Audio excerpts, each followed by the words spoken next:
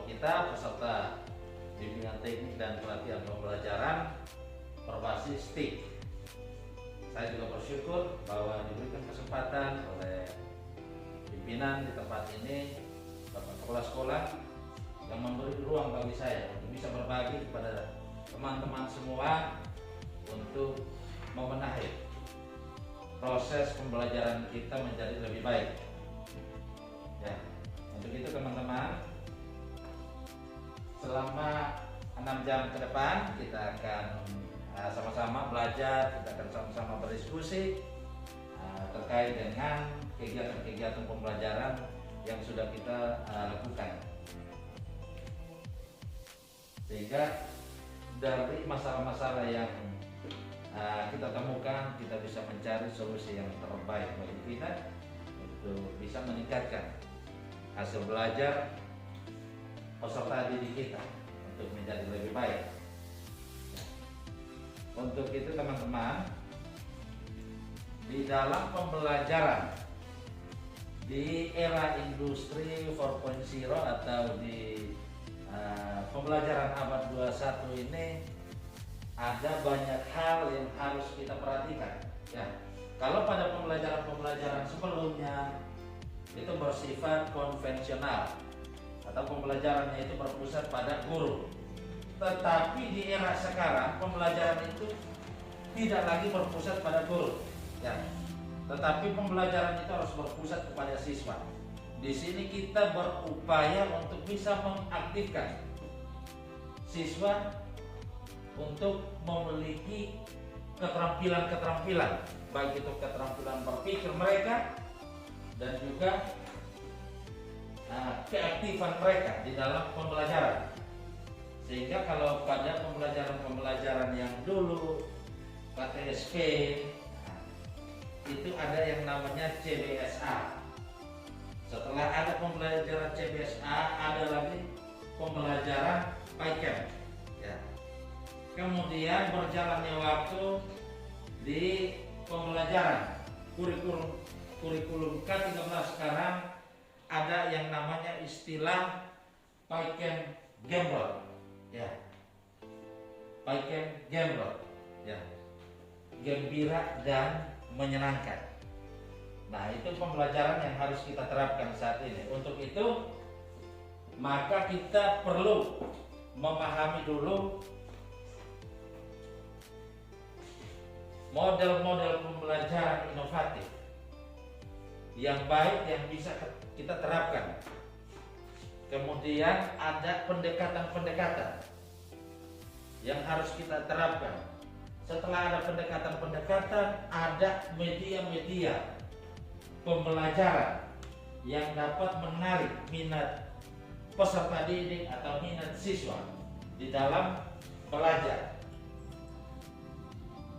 Sehingga dari situ kita bisa menciptakan suatu suasana pembelajaran yang aktif, menyenangkan, kreatif, inovatif. Sehingga hasil belajar atau prestasi belajar siswa itu dapat meningkat. Nah, untuk itu teman-teman, pada hari ini kita akan belajar dulu, kita perlu memahami dulu model-model pembelajaran inovatif itu seperti apa. Nanti besok kita akan belajar tentang pendekatan-pendekatan pembelajaran. Dan pada hari yang ketiga nanti di hari Jumat itu kita akan belajar tentang membuat media pembelajaran PTT atau PowerPoint. Ya, dengan menerapkan pendekatan TIPEC. Ya. Sehingga di dalam pembuatan media PTT itu kita akan membuat suatu konten-konten pembelajaran yang dapat menarik minat siswa untuk belajar. Untuk itu teman-teman, mari kita pahami dulu model-model pembelajaran inovatif yang perlu kita kembangkan di dalam pembelajaran kita nantinya, ya, sesuai dengan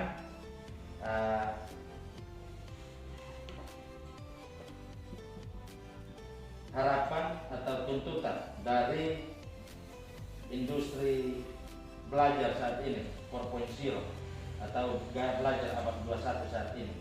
Ya. Untuk itu kita perlu memahami dulu model-model pembelajaran yang berbasis IT. Ya. Jadi tujuan kegiatan kita hari ini yaitu yang pertama, diharapkan supaya kita bisa merancang pembelajaran yang menarik dengan berbasis teknologi. Kemudian kita bisa menyusun rencana pembelajaran dengan menggunakan model pembelajaran dan pendekatan-pendekatan yang sesuai dengan tuntutan industri 4.0 atau tuntutan gaya belajar abad 21 saat ini. Ya. Itu tujuannya. Kemudian di dalam kegiatan ini ada strategi-strateginya. Ya.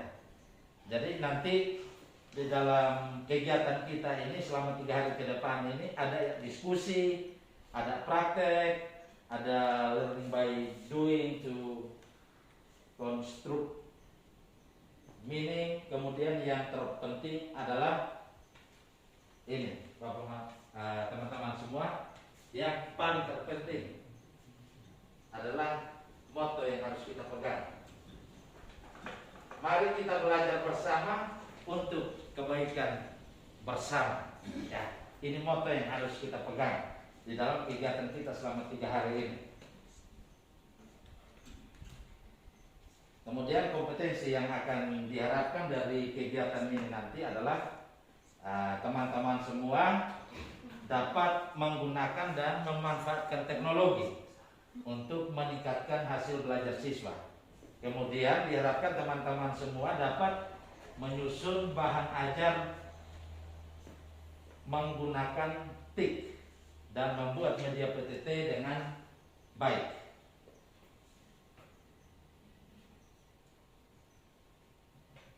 Ya. Jadi teman-teman,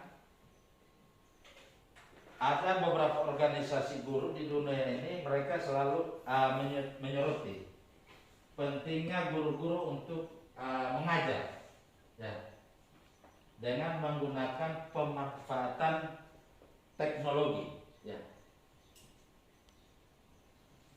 Kenapa? Karena teknologi akan berpengaruh pada peningkatan belajar siswa. Ya. Sehingga ada 3 hal yang harus dimiliki oleh guru, yaitu yang pertama, guru harus perlu memahami konten atau isi. Kemudian yang kedua itu apa itu teknologi, dan yang ketiga itu perlu memiliki pemahaman atau kemampuan atau kompetensi pedagogi. Ya.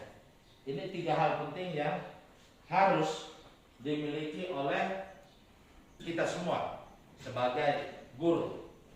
Ya. Untuk itu teman-teman, kalau berbicara tentang teknologi, maka kita sudah masuk ke dalam pendekatan pembelajaran. Pendekatan pembelajaran yang berbasis teknologi ada 2, yaitu yang pertama adalah saintifik dan yang kedua itu adalah debate. Ya.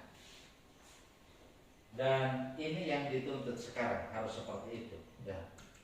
Jadi di dalam pendekatan debate ini ada beberapa model pembelajaran yang tepat yang bisa kita kembangkan. Yaitu yang pertama adalah model pembelajaran problem solving atau investigasi. Kemudian ada model pembelajaran problem based learning atau pembelajaran berbasis masalah. Ya. Dan ini yang harus kita buat, kita laksanakan di dalam pembelajaran kita, karena di sini konsep berpikir anak akan dibentuk.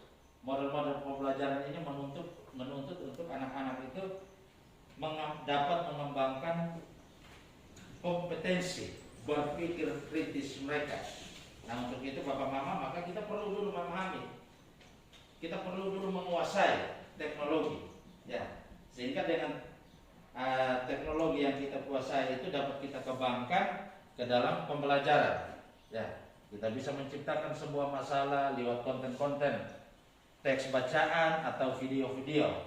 Kemudian bisa kita kembangkan pemikiran anak-anak itu lewat pertanyaan-pertanyaan, ya, dari hasil simakan mereka terhadap video ataupun teks yang kita tayangkan nanti di dalam PTT, ya. Untuk itu teman-teman,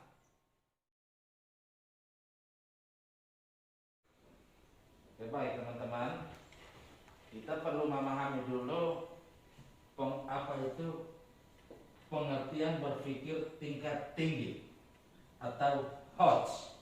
Kalau LOTS tadi sudah, sekarang kita masuk ke HOTS, ya. Nah, pengertian berpikir tingkat tinggi atau HOTS itu berarti berpikir tingkat tinggi merupakan kemampuan berpikir yang tidak hanya sekedar untuk mengingat atau recall, menyatakan kembali atau restate, atau merujuk tanpa melakukan pengolahan atau reach, ya. Tetapi kemampuan berpikir tinggi itu dia harus mampu menemukan, membuat, mengkomunikasikan, kemudian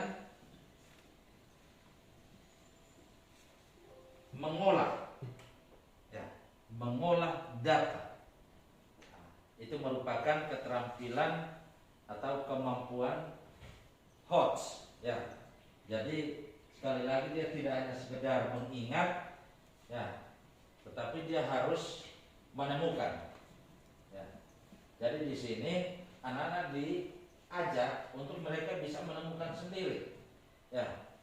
Setelah mereka menemukan solusi dari suatu masalah yang kita berikan, mereka juga harus mampu untuk mengkomunikasikan atau menyampaikan ide, gagasan, pendapat mereka secara pribadi.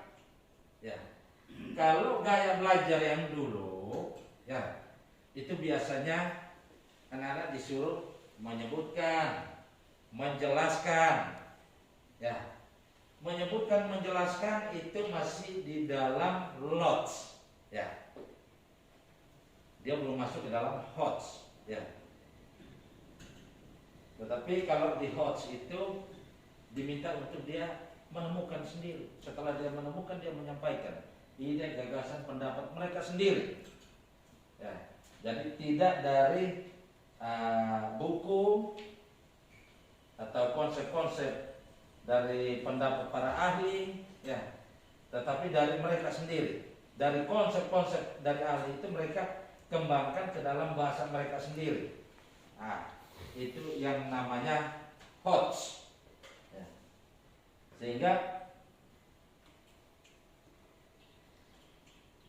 di dalam HOTS itu ada 3, yaitu yang pertama mengkreasikan, mengevaluasi, dan menganalisis. Nah, sekali lagi teman-teman, di dalam HOTS itu ada 3 ranah yang harus diperhatikan, yaitu yang pertama mengkreasikan. Ketika dia mengkreasikan itu, kalau di dalam itu teori Bloom itu berarti dia masuk di dalam ranah C4. Kemudian mengevaluasi itu dia sudah masuk ke dalam C5. Ranah yang paling tinggi atau kemampuan berpikir yang paling tinggi adalah menganalisis, ya, atau C6, ya. Jadi kalau C1 C1 sampai dengan C2 itu C1, C2, C3 itu dia masuk di dalam lots dan mods. Sementara kalau sudah masuk ke ranah C4, C5 dan C6 itu dia sudah masuk ke dalam HOTS. Ya. Sehingga di dalam penyusunan soal untuk penilaian itu kita harus perlu memperhatikan kata-kata operasional. Ya, kita bisa adopsi dari teori Bloom. Ya, teori Bloom itu sudah dijelaskan ada banyak kata-kata operasional yang bisa kita gunakan, kita kembangkan ke dalam penyusunan penilaian atau di dalam menyusun soal-soal. Ya, jadi dari kata-kata operasional itu kita sudah bisa tahu mana itu dia masuk ke dalam HOTS, dia masuk ke LOTS, ataukah dia masuk ke MODS. Tetapi tuntutan sekarang ini adalah yang harus berbasis HOTS. Ya. Kalau berbasis LOTS itu kita masih kembali ke yang lama, ya, gaya belajar yang lama. Hanya bisa menjelaskan, menyebutkan, ya. Tetapi gaya belajar yang sekarang kita harus bisa menemukan, kemudian menyampaikan.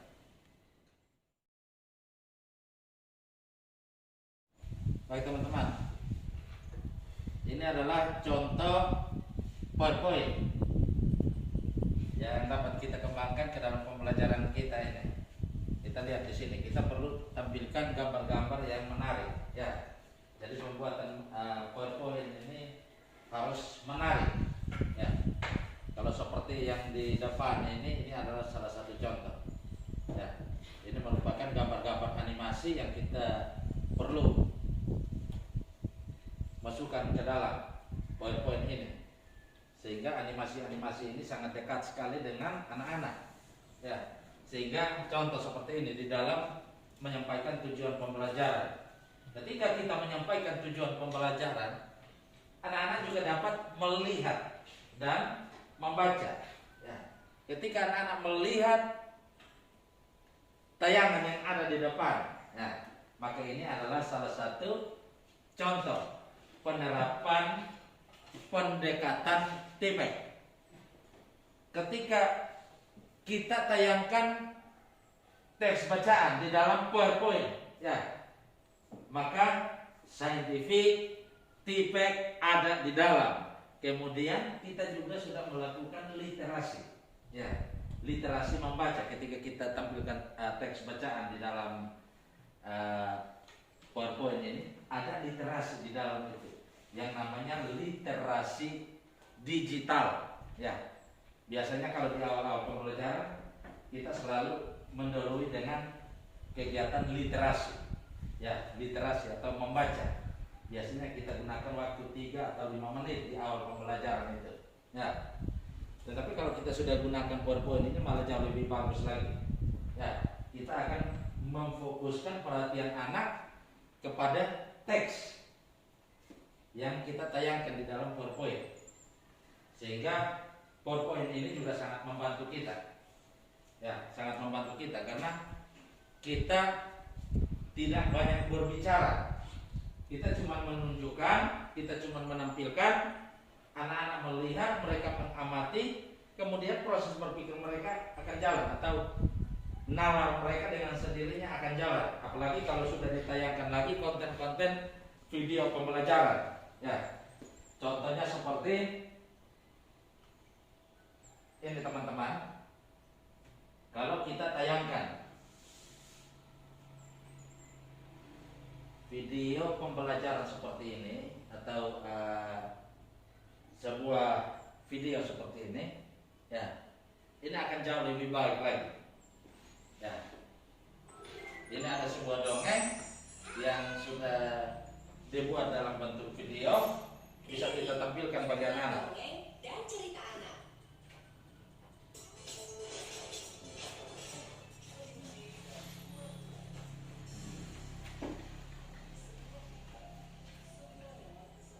Ya teman-teman, ini coba bisa dilihat.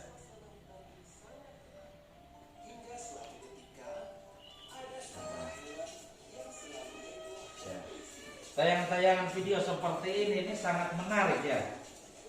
Ini akan sangat menarik perhatian anak, karena anak itu lebih senang melihat dan menyaksikan secara langsung. Beda dengan ketika kita menceritakan, ya. Ketika kita menceritakan, pasti anak-anak itu akan jenuh, ya. Tetapi kalau ketika mereka melihat, mereka nonton seperti ini, otomatis bahwa perhatian mereka sepenuhnya akan kepada tayangan yang kita tampilkan atau kita tayangkan, ya. Sehingga teman-teman, untuk media PTT ini sangat baik sekali untuk kita pakai, kita gunakan di dalam pembelajaran ini, dan tentunya hasil pembelajaran ini akan jauh lebih efektif. Hasil pembelajaran ini akan jauh lebih baik, ya. Keaktifan siswa dengan sendirinya akan baik. Kemudian proses berpikir anak juga dengan sendirinya akan berjalan dengan baik. Ya, jadi nanti di sini kita cuman bantu proses berpikir mereka dengan pertanyaan-pertanyaan, ya. Pertanyaan-pertanyaan berdasarkan hasil simakan mereka terhadap video, contoh video ini atau teks bacaan, ya. Jadi kita cuman gunakan pertanyaan-pertanyaan untuk membangun kreativitas berpikir mereka, kreativitas berpendapat mereka, ya. Sehingga pembelajaran itu akan menyenangkan, ya. Jadi kalau yang dulu itu seperti hari Rabu itu saya bilang pembelajaran yang kemarin itu adalah paker, tapi pembelajaran yang sekarang adalah Paycam Gamrot, tambah lagi Gamrotnya di belakang, ya. Gembira dan menyenangkan, ya. Kalau kita tayangkan seperti ini, anak-anak akan gembira, anak-anak akan senang, ya. Kalau kita sudah mampu buat media seperti ini, kita sudah mampu gunakan PowerPoint di dalam pembelajaran kita, ini akan mempermudah kita, kemudian akan menyenangkan juga bagi anak-anak. Jadi seperti itu teman-teman. Jadi ini sangat perlu, ya. Sehingga harapannya ketika kita sudah belajar selama 3 hari ini, bisa kita kembangkan dan kita praktekkan di dalam pembelajaran kita ke depan, ya. Jadi setelah kita belajar seperti ini, jangan hanya selalu kita dapatkan hari ini, setelah pulang kita berdiam diri, ya. Tapi mari kita terus belajar, terus berusaha, maka sudah pasti tujuannya akan jauh lebih baik, ya.